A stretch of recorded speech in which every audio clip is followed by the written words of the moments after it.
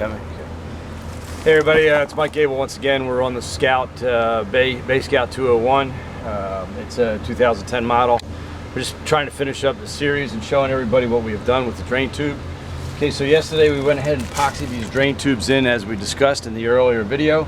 And these tubes are sticking out, they'll be long. What we're gonna do is we're gonna cut them off. But as a reminder, what I want to tell everybody is when you cut these off, you don't want to heat the metal up very much, because if you heat the metal up, you're going to actually burn the resin out of the epoxy or whatever adhesive you're going to use. So you want to start by cutting it further out, let it cool off, and then work your way in on cutting it out, but give it time to cool down to the touch. In other words, don't heat it so much that you can't touch it. If you can't touch it, then you're overheating this to where you'll burn the adhesive and the epoxy out. We don't want to do that, right? We filled this so that water can't get in, but we don't want to burn the epoxy out so that the water can't get in. So that's of utmost importance while you're doing it. Once again, these are recommendations. You don't have to do it this way. We're not taking responsibility for what you may or may not do wrong. This is how we've done it. You can choose whether you like this system or not, but this is what we've done. It's totally epoxied in now to where we won't be able to get water into in between the hull and the liner. Okay, so that's it. So we're going to walk over to the aft plugs and show you what we're doing there. All right, so the Scout has 3 aft plugs we showed you in earlier videos. You got one here, and one here.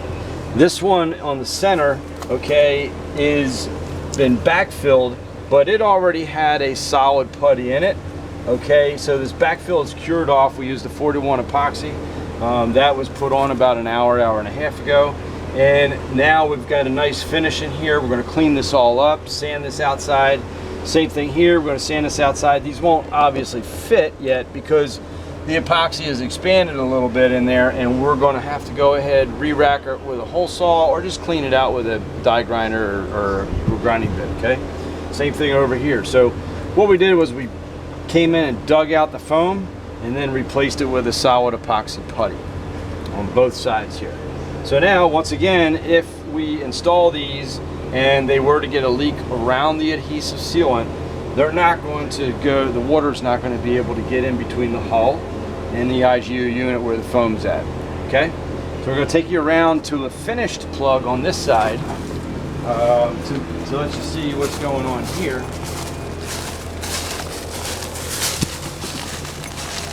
All right, so this plug right here is a finished plug of what we had on the port side that I started out with in this video. All right, you can see that it's been sanded down to the surface. We took a die grinder, cleaned up the edges, and you're going to notice there's 3 holes here for the vent, for the clamshell vents. Those holes are now epoxied. So what we'll end up doing is we use those holes to inject and backfill, but now because it's solid epoxy, we'll drill that out and the clamshell vent will go on here. You can keep video and stay here. I'll be right back, just stay right there.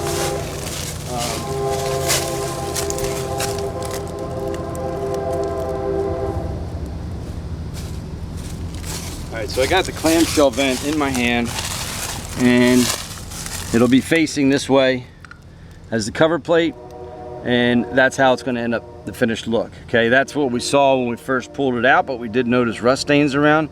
Now when we put this back on, we shouldn't notice rust stains down the road because we're drilling our screws into solid epoxy rather than into the hull fiberglass and through that into the foam, okay?